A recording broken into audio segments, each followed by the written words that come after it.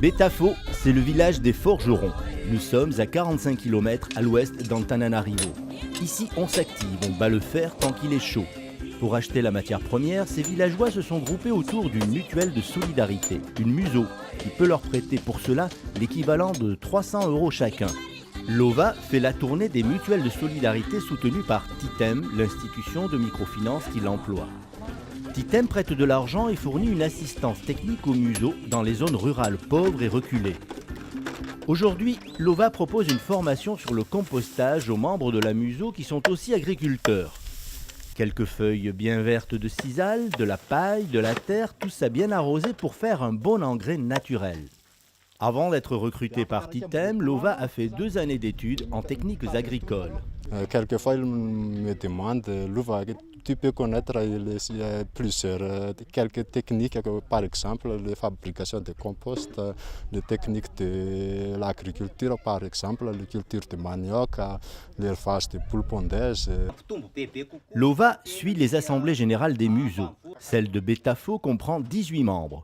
On vérifie les comptes et procède au remboursement des prêts. Certaines cotisations servent à l'achat du charbon pour les forges. Au départ, Titem fait des prêts de groupe aux membres des MUSO qui sont caution solidaire. Puis, si tout se passe bien, les prêts peuvent devenir individuels.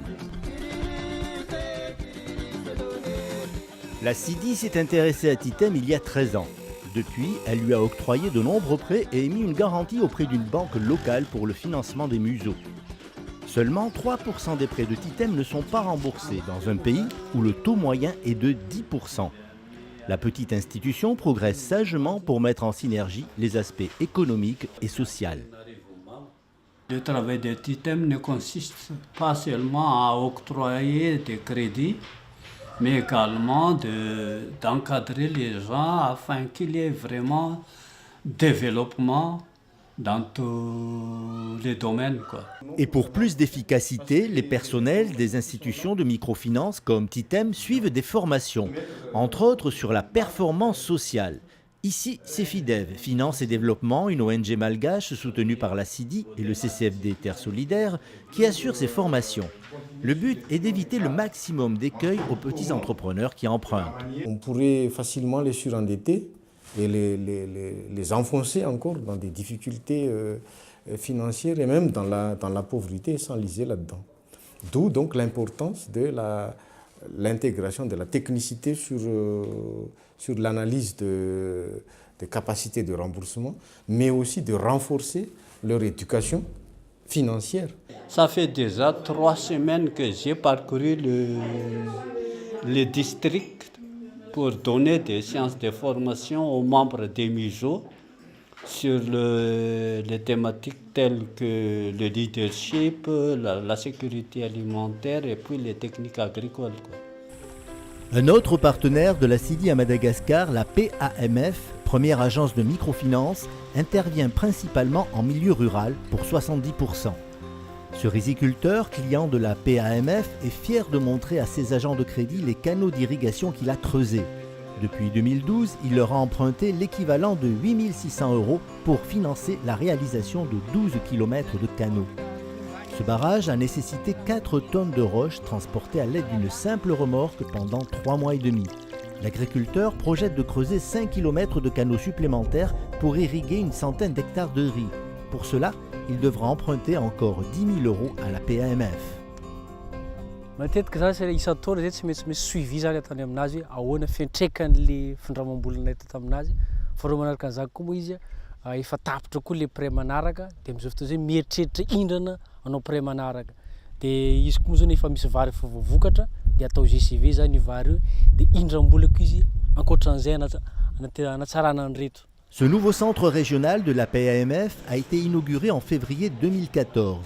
C'est dans cette ville, en 2006, qu'est née la première agence de ce groupe créée par la fondation Aga Khan. Actuellement, la PAMF est présente à Madagascar à travers 13 agences et apporte ses services à 60 000 déposants et à 30 000 emprunteurs. Chaque agence possède son grenier communautaire. Ici, 14 clients ont stocké 75 tonnes de riz blanc et 5 tonnes de haricots. Cela permet de vendre les récoltes à un meilleur prix à la période la plus favorable. La PAMF apporte aussi un appui technique aux riziculteurs avec des résultats remarquables. La production par hectare moyenne d'un paysan était de l'ordre de 1,5 tonne à l'hectare. Nous sommes montés à 4 tonnes, 5 tonnes, parfois plus de 5 tonnes l'hectare. L'IMF prête à des particuliers, mais aussi à des PME ou encore des groupes de garantie solidaire, spécialement des femmes, dans le commerce, les services et l'artisanat. Cela avec un objectif prioritaire. Adapter nos taux d'intérêt au plus bas possible pour couvrir nos charges et notre expansion et de faire en sorte que ces taux d'intérêt soient revus le plus souvent à la baisse. Voilà la stratégie du groupe. En 2012, la CIDI a fait entrer le fonds pour l'Afrique FEFISOL pour 17% dans le capital de la PAMF. FEFISOL intervient dans la gouvernance de la PAMF, il s'implique dans le comité des risques, il recherche un équilibre financier et maintient une vision sociale.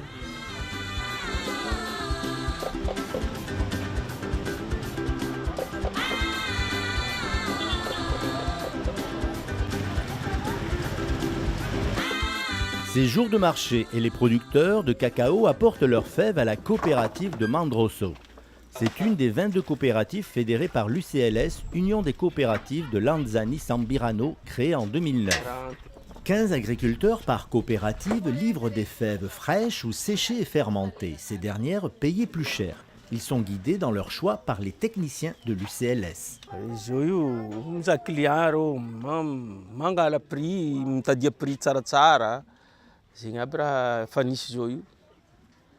C'est parmi mon travail d'encadrer les producteurs sur la livraison surtout, et les paiements, y compris les paiements. En 2014, la société Éticable a passé une commande de 65 tonnes de cacao sec certifié bio-équitable à l'UCLS, payé 2 000 € la tonne aux producteurs. Cela a permis de produire un cacao de qualité supérieure, certifié bio-équitable pour 7 coopératives et surtout des revenus en nette progression pour les agriculteurs et leurs familles.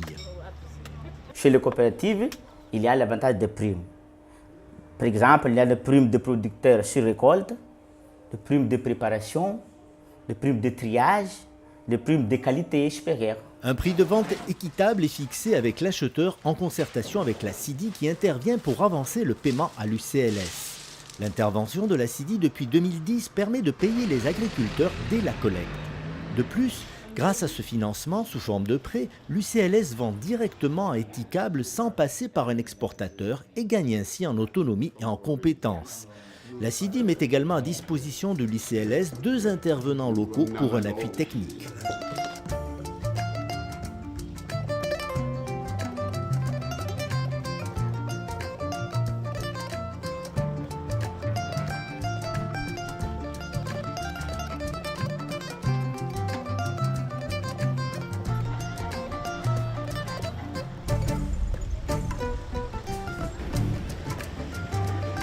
À Madagascar, 34% des enfants de moins de 5 ans souffrent d'insuffisance pondérale et 50% d'un retard de croissance modéré ou grave.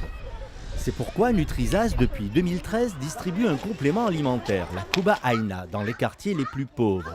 Cette farine est composée de céréales grillées, d'arachides, de sucre et enrichie de sels minéraux et de vitamines.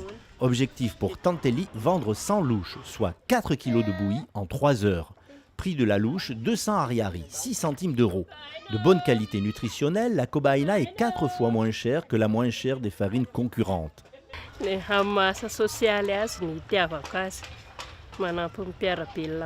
ne va pas dénigrer les pratiques ancestrales, mais disons que on s'est rendu compte avec les études que plusieurs pratiques des mamans malgaches ne sont pas adaptées. Rien qu'en prenant par exemple le colostrum ou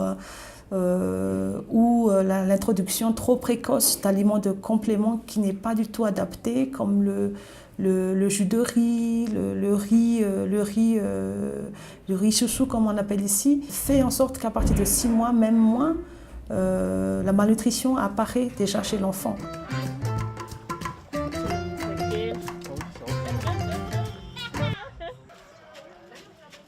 C'est dans les hôtelines Jazakeli, restaurant pour bébés, que chaque matin très tôt, des animatrices de Nutrisas préparent la bouillie. En Tananarivo, il y a 3 hôtelines actuellement situées au cœur des quartiers les plus modestes. Les mamans viennent ici pour donner à leur bébé une ration de cobaïna, mais aussi pour les faire peser, suivre leur croissance et recevoir quelques conseils nutritionnels. Ces actions de Nutrisas font suite au programme Nutrimad pour lutter contre la malnutrition infantile initié en 2002 à Madagascar par l'ONG française GRET. La CIDI, très sensible à sa démarche sociale, est devenue actionnaire de Nutrisas en 2013 pour 15,7% de son capital, soit 38 000 €. On a mis en place également un comité d'éthique et de suivi social pour garantir justement que Nutrisas ne dérive pas vers un aspect uniquement commercial, mais sauvegarde toujours cet esprit social auquel il s'est attaché depuis le départ. Une des forces de Nutrisas est son réseau de 160 animatrices issues des quartiers modestes et qui font la promotion de la cobaïna. Depuis 2002, 16 millions de repas ont été distribués à ces familles démunies. Elles appartiennent en fait à la couche très pauvre qui n'arrive pas vraiment à acheter un aliment approprié à leurs enfants. Et ici, chez nous, on leur propose un aliment de complément accessible à tous.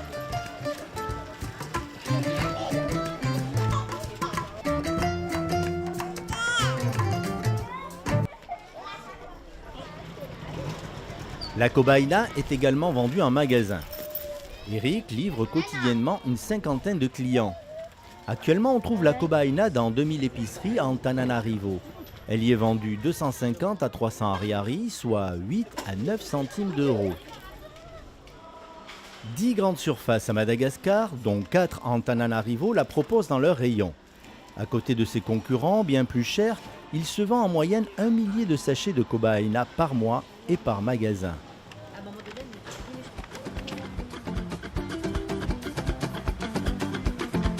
À Madagascar, depuis ces dernières années, le secteur de la microfinance connaît un accroissement de 25% par an.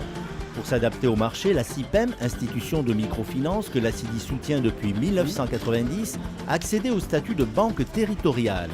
Cela lui permet d'augmenter ses capacités d'offre de produits et de services et de proposer des crédits plus élevés pour les PME. Il y a également d'autres besoins de financement qui se sont créés, notamment ces petites et moyennes entreprises qui restent dans l'informel en général et qui ne sont pas financées par les banques et qui font vraiment tourner l'économie locale. Financer l'économie locale en milieu urbain, c'est le but de la CIPEM. Ce commerçant a fait son premier crédit avec l'institution de microfinance en 2004. En 10 ans, il a ouvert 3 magasins. Il est venu demander un 11e crédit, l'équivalent d'un peu plus de 16 000 € pour approvisionner son stock. Il a commencé très petit avec la CIPEM et maintenant il est un gros client. Il est maintenant à un chiffre d'affaires de 20 millions d'ariary par mois. La CIPEM se doit de satisfaire les nouveaux besoins des anciens clients qui ont pris de l'ampleur, c'est-à-dire qui se sont développés au fil du temps et qui ont d'autres besoins de financement pour se développer. C'est dans le plus grand marché d'Antananarivo que ce commerçant a créé ses 3 magasins. Il y emploie 4 personnes, dont 2 de ses 4 enfants et sa femme. Ses 2 autres enfants font leurs études en France. Aujourd'hui, il reçoit la visite surprise d'un superviseur de la CIPEM par rapport à sa demande de crédit. Moi, je n'ai pas vu aucune anomalie pour le moment. Et après, je vais regarder sa garantie, qui est la propriété bâtie. Construire sa maison et élever sa famille avec l'appui de la CIPEM pour son projet professionnel, c'est la grande fierté de M. Henry.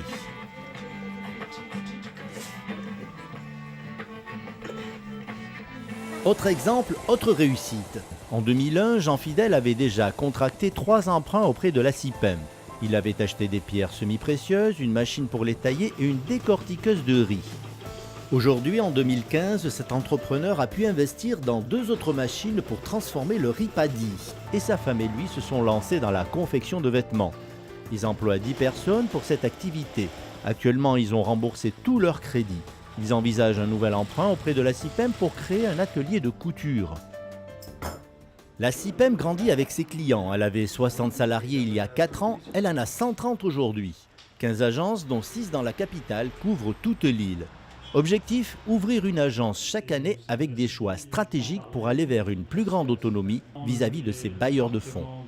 Le choix de la CIPEM, c'est de ne pas se refinancer auprès des banques, mais de mobiliser des dépôts de public en leur offrant le meilleur taux de marché. Tout le travail d'accompagnement de la CIDI, c'est d'arriver à l'autonomie des acteurs. Et l'autonomie des acteurs passe par l'autonomie des personnes. La CIDI, premier actionnaire de la CIPEM jusqu'en 2013 avec 25% du capital, en détient aujourd'hui 17,4%. Elle accompagne son partenaire malgache vers son autonomie, comme lui-même accompagne ses bénéficiaires jusqu'à leur indépendance. Un exemple parmi d'autres, le collège La Source. Cet établissement privé a vu le jour grâce à des emprunts CIPEM. En 2001, 15 enseignants se partageaient des classes de maternelle, primaire et secondaire avec 253 élèves. Aujourd'hui, en 2015, ce sont 350 élèves qui sont inscrits pour la prochaine rentrée avec une extension de classe de la seconde à la terminale et 30 enseignants. Tous ces travaux sont autofinancés. Mission accomplie pour l'institution de microfinance. Son bénéficiaire a pris de l'indépendance.